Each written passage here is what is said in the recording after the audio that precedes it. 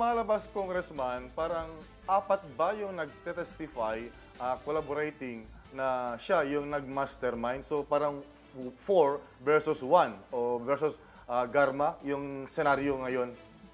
Yes, so parang ganun nga ang nangyari, Raymond. Kasi ang unang nagbigay ng testigo, ng testimonya ay itong mga PDLs, yung mga involved sa pagpatay. No?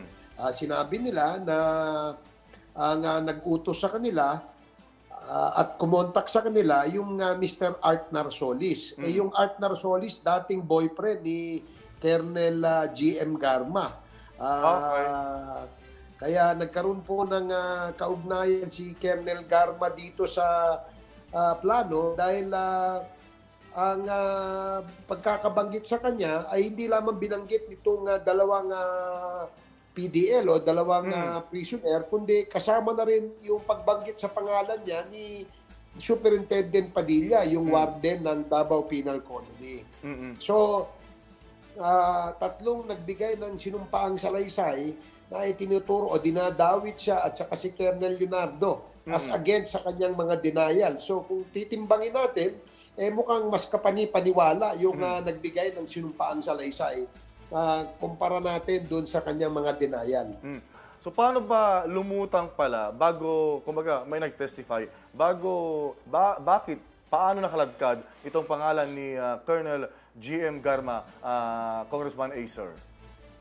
Yeah, doon sa mga sinumpaang salaysay nung dalawang pumatay doon sa tatlong Chinese, ay nabanggit yung kanyang pangalan na kung saan ay sila'y kinontak ng a certain Mr. Art Narsolis upon the instructions of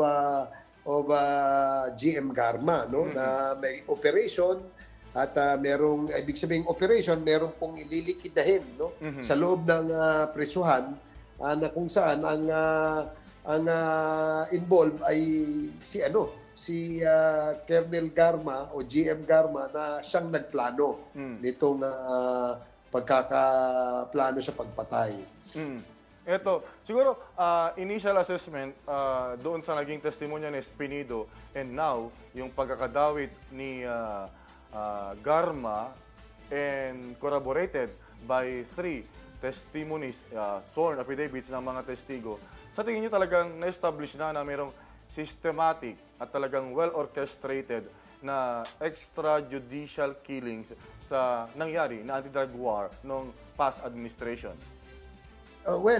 Yun nga, no, ang aming investigation dyan sa loob ng Davao Penal Colony, talagang mabigat na yung mga nakuha naming ebidensya na talagang nagpapatotoo na merong talagang nangyaring extrajudicial killing sa loob. Dito naman sa labas ng mga penal colony o na mga kulungan, yan pa ang aming patuloy na iniimbestigahan.